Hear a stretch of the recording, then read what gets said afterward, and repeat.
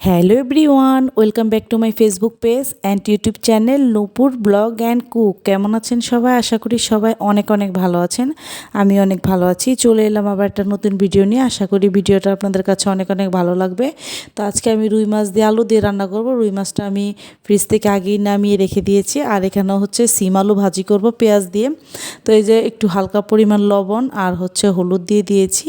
দিয়ে এখন ভালোভাবে নাড়াচাড়া করে সিম আলুটা ভেজে নিব। আর এই শীতের সিজনে কিন্তু সিম আলু ভাজা খেতে আমার অনেক অনেক বেশি ভালো লাগে। তো এই যে ভাজিটা করতে করতে কিন্তু এই যে কমপ্লিট হয়ে গেছে, ভাজিটা হয়ে গেছে। তো এখন এই যে মাছটা যে ম্যারিনেট করে রেখে দিয়েছি হলুদ মরিচ লবণ দিয়ে, সেটা আমি ভালোভাবে এর মধ্যে ভেজে নিচ্ছি।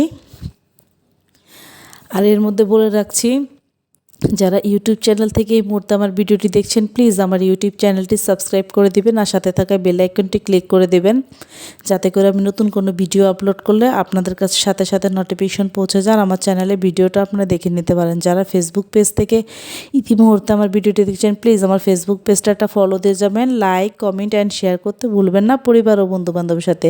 যারা ফেসবুক থেকে দেখছেন, চাইলে ইউটিউব চ্যানেলটি আমার সাবস্ক্রাইব করে দিতে পারেন। আর যারা ইউটিউব থেকে দেখছেন, চাইলে ফেসবুক পেজটা আমার একটা ফলো দিয়ে যেতে পারেন।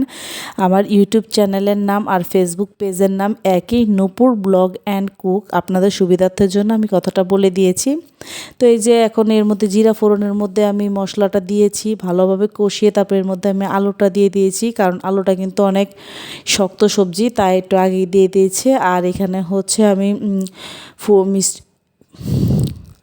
ফুলকপিটা আগে থেকে সিদ্ধ করে রেখে দিয়েছি, সিদ্ধ করে ডিপ ফ্রিজে ফ্রোজেন করে রেখেছি। তো এই তো ফ্রোজেনটা এখন ছেড়ে দিয়েছে। এখন আর একটু ভালোভাবে নেড়ে চেড়ে কষিয়ে এর মধ্যে পানি দিয়ে দিব পরিমাণ মতো, বা ঝোল দিয়ে দিব। দিয়ে এর মধ্যে মাছটাও দিয়ে দিচ্ছি, যাতে তাড়াতাড়ি হয়ে যায়, ফুটে ওঠে। তো একসাথে রান্নাটা কমপ্লিট হয়ে যাবে, তারপর আমি কিন্তু ঢেকে রেখে দিব।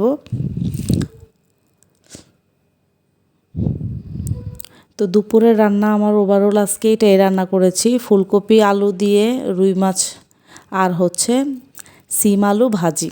এর বেশি আর কি রান্না করা হয় না, কারণ বেশি রান্না করলে আমার অত ঘরে খাওয়ার মতো কেউই নেই।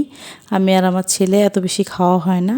আর আমি এর বেশি আর ঝোল রাখবো না, কারণ যতটুকু ঝোল আছে বাকিটা হচ্ছে আপনার আলুতে শুষে নিবে।